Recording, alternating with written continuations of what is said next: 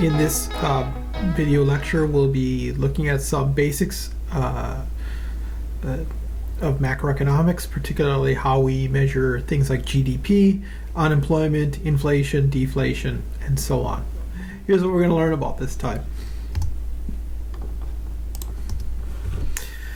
All right, so first up, gross domestic product. If you spend any time, watching the news or listening to some talking head or politician talk about the economy, invariably the three letters G, D, and P are going to come up. Okay, what's GDP? Well, GDP stands for gross domestic product, and what it is it's a measure of essentially all the spending that occurs in an economy in a given period of time. All the final spending that occurs in an economy in a given period of time. I'll talk about what that means in just a few moments. So there are two ways in which we construct GDP. One is adding up essentially all the final incomes, and the other is adding up all the final expenditures. And I'll talk about more of those in a bit. It shouldn't matter which you're using. In theory, they should amount to the same thing. GDP is part of a process that we refer to as national income accounting. It's been around since the since the late 1930s, but properly since the end of the Second World War. It's how we measure all the stuff that's going on in the economy. Well, how we measure all the national level stuff that's going on in the economy. And although it's an imperfect measure of economic activity, it is essentially the best thing that we have right now. So why do I say imperfect? Well, GDP does not include a lot of things that we might consider to be valuable. So, for example, like work in the household, which isn't paid, right? Cleaning up, making things look clean and so on and so forth, doing the dishes, taking care of kids.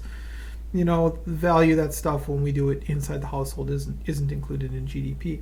The value of natural resources as they sort of stand, like the woods that are behind my backyard, what are they worth, right? Not part of GDP, even though we would probably consider valuable.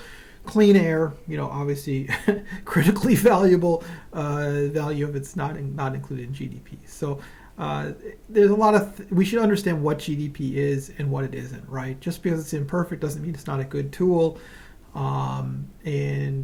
just because it's because it's imperfect doesn't mean that it's the end all be all measure for everything in terms of economic performance. Okay, as I mentioned, GDP can be measured using an incomes approach or an expenditures approach, and again, it shouldn't matter which way we measure it. If we can measure everything correctly, they should be the same. Why? Important point. Remember it.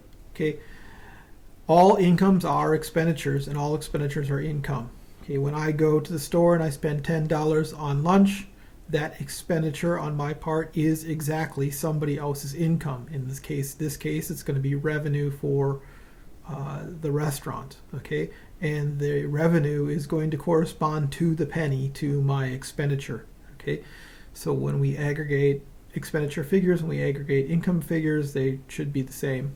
Okay, so we'll spend most of our time with the expenditures approach, but let's quickly look at incomes approach. We have wage income, which is a return to labor. We have interest income, which is a return to capital, rental income, and you can read over there, profits, right? Okay. Enough said about that.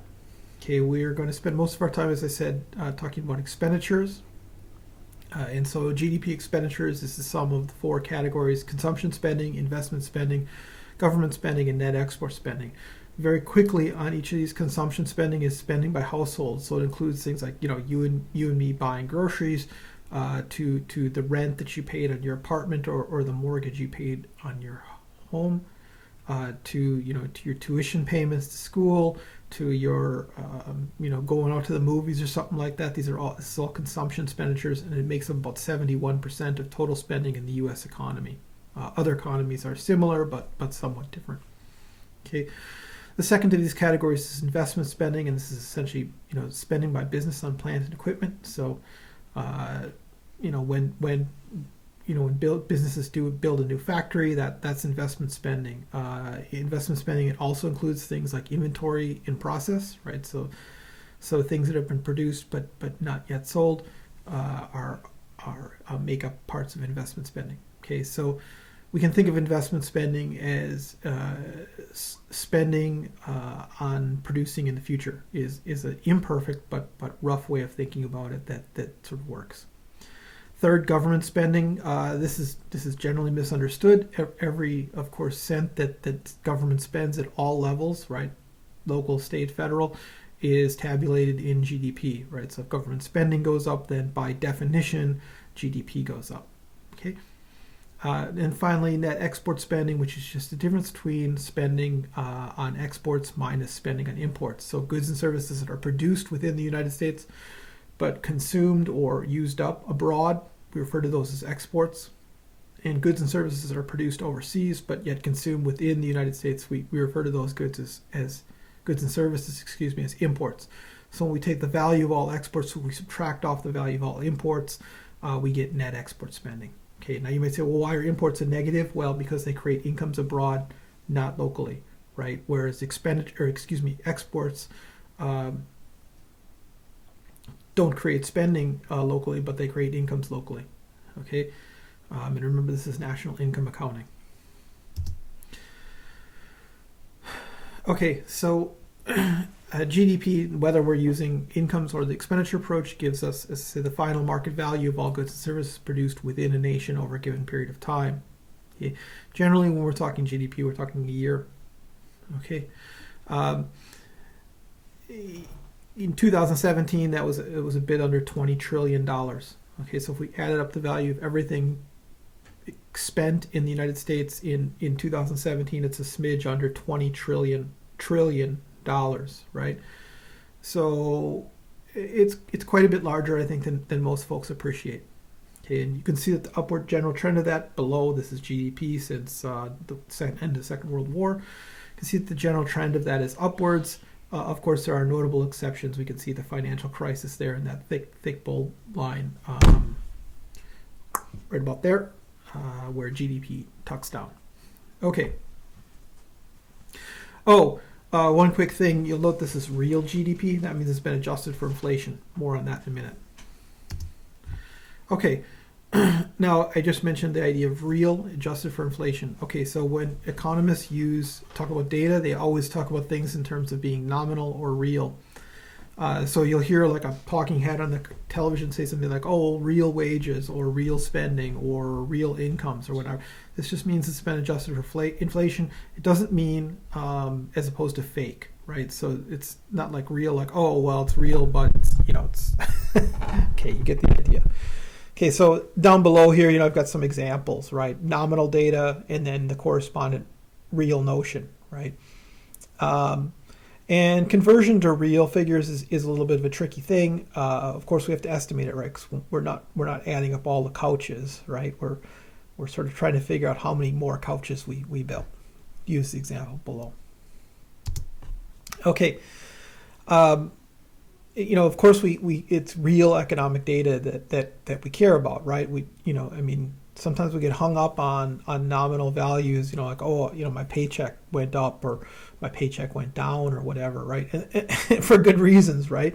But the reason why they're good reasons is because that tells us what we can buy, right? So if our paycheck has gone up by 10%, but the price of everything has gone up by 20% that we wish to buy, well, then in real terms, we're worse off.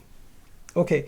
So how do economists make that adjustment, given that you obviously, you can't make it perfectly, right? We can't explain like, oh, well, my paycheck allows me to buy, 6 couches, 3 horses, and 2 wheelbarrows. It just doesn't work that way. Well, we develop a number of proxies to try to do that. One of those, there's the 3 main ones that we use right here: the consumer price index, the producer price index, and the GDP deflator.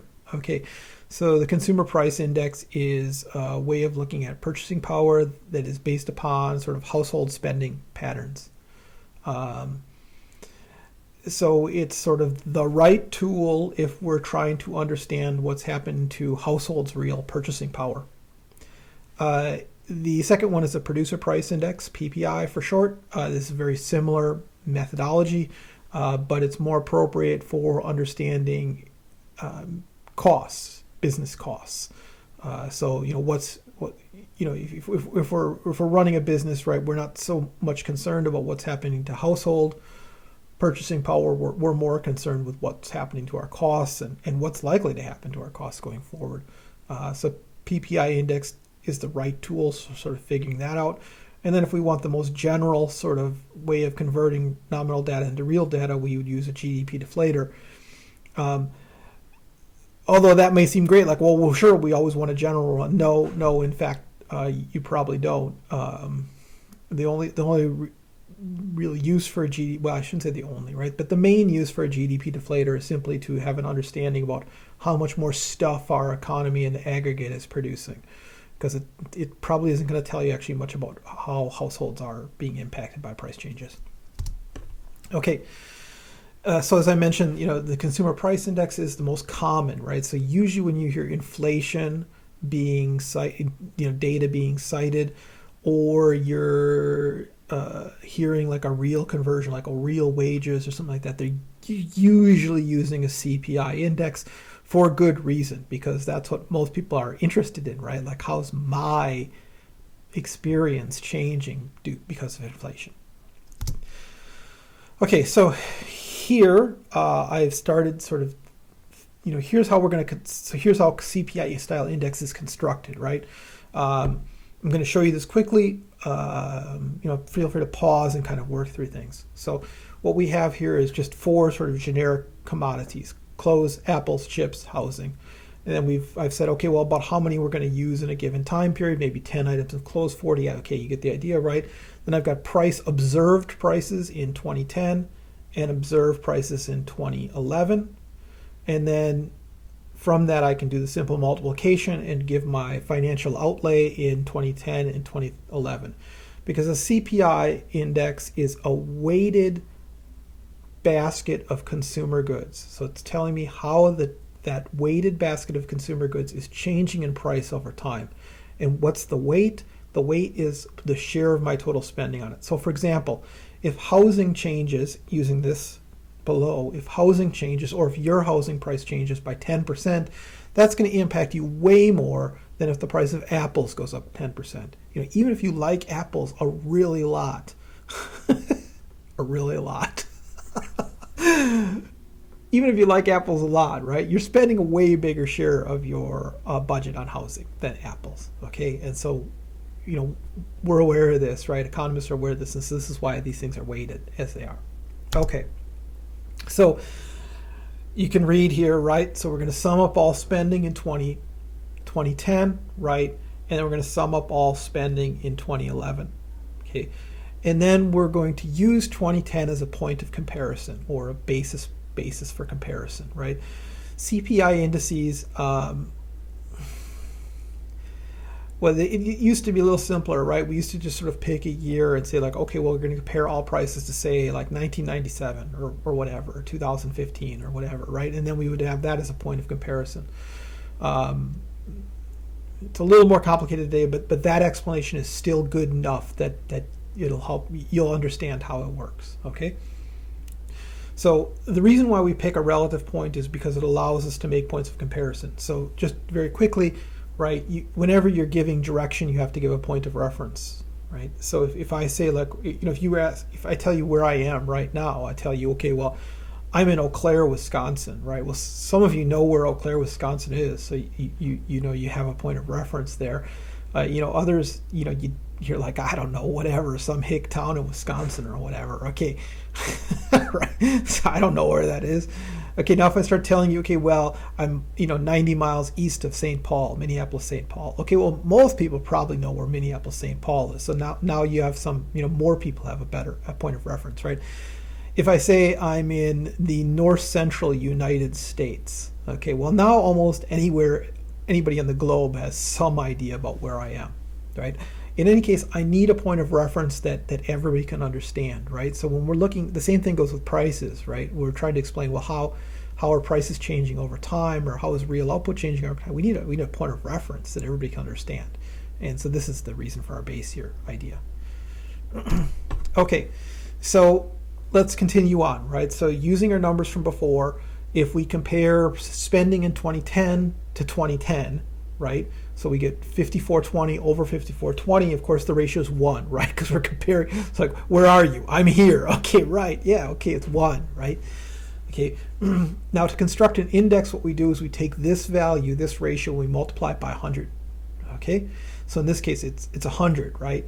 And we are going to say that that's our base year, or our point of comparison, right? So kind of sticking a flag in the ground saying, okay, everything's going to be compared to this base year, and its value is 100.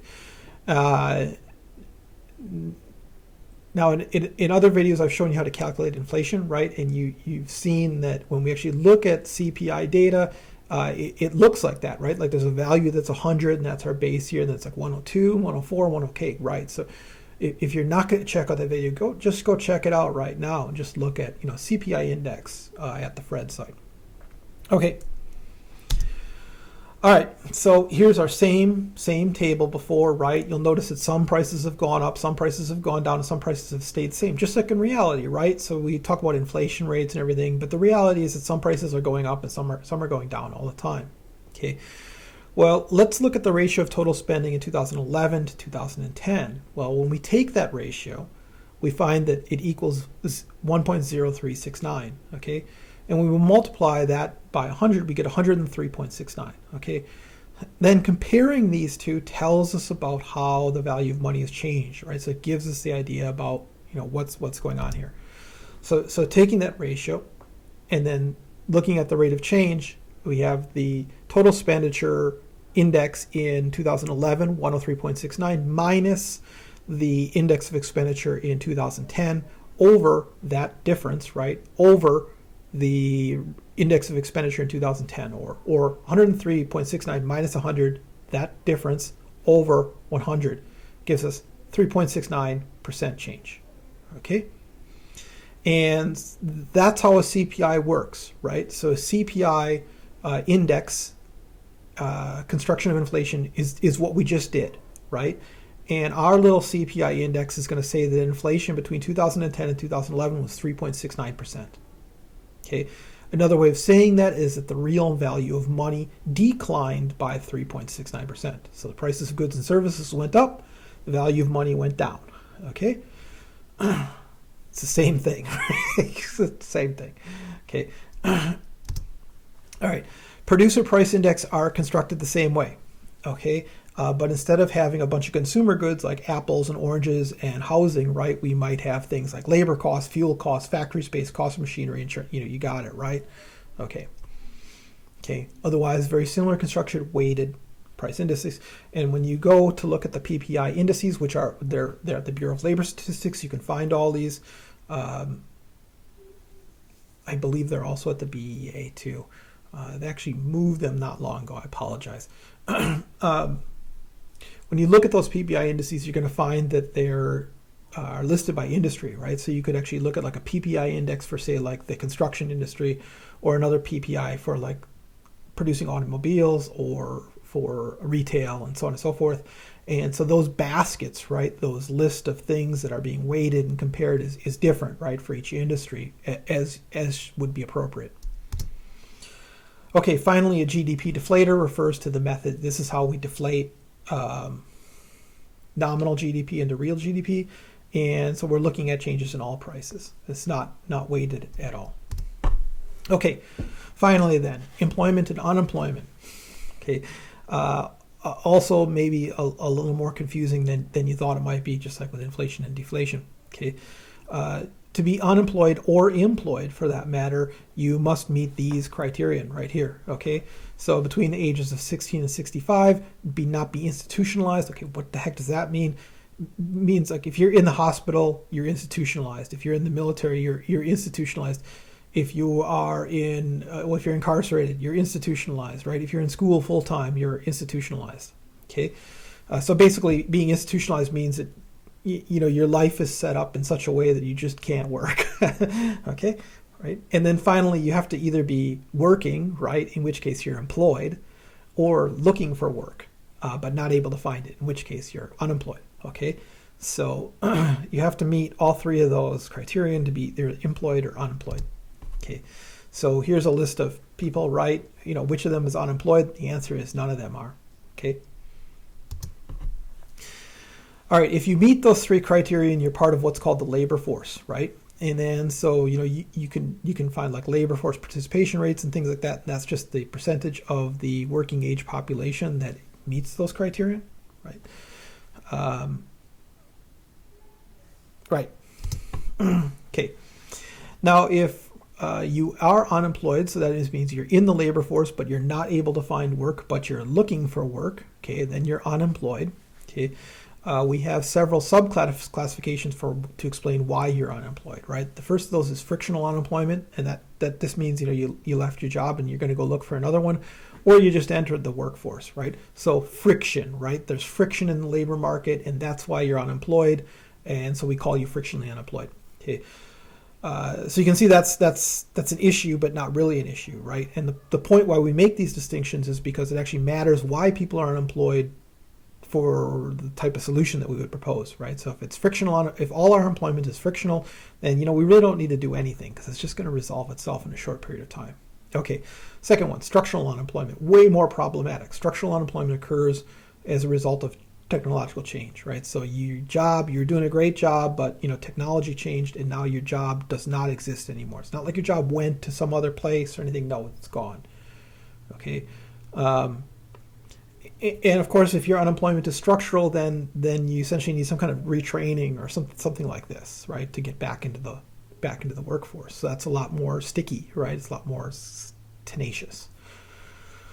Third type is cyclical unemployment. That's what we normally think about when a regular person thinks about unemployment. There's just not enough demand. Nobody's coming in the door at my shop, so my boss laid me off. Okay, cyclical unemployment.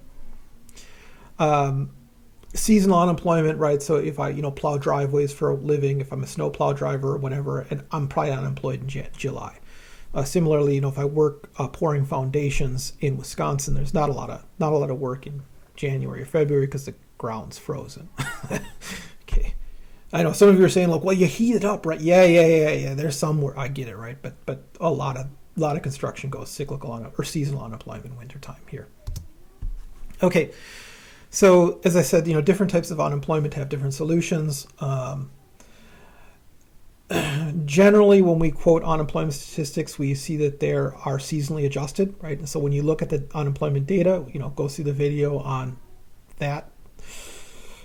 You'll see that there's seasonally adjusted data and non-seasonally adjusted data. Okay, when we seasonally adjust data, unemployment, we're pulling off that seasonal component. There are other corrections for seasonal adjustments. But down here is the unemployment for Eau Claire, Wisconsin, where I'm speaking to you from. Now it's Wisconsin, right? So it gets cold here.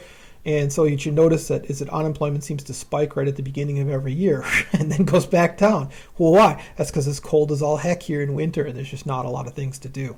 Okay, there's not a lot of jobs to be had. And then by the time you get to late summer, you've got kids going back to school, you got high retail season, you got people are out and about still vacationing, and as you get into your late, you got harvest time for egg, right? And then also when you get towards the end of fall, you get this hunting season thing, and so that's late summer, early fall is when the Wisconsin economy is absolutely booming every year. Okay, so obviously if we looked at unemployment in Wisconsin in say January, we're going to get an unrealistically bad notion. And if we look at Wisconsin economy in, say, August, September, we're going to get an unrealistically good notion. So usually data is seasonally adjusted where we sort of pull off those highs and lows from the data. Okay, that's it for this one, everybody. Hope you're having a good day, and we'll see you again soon. Take care. Bye.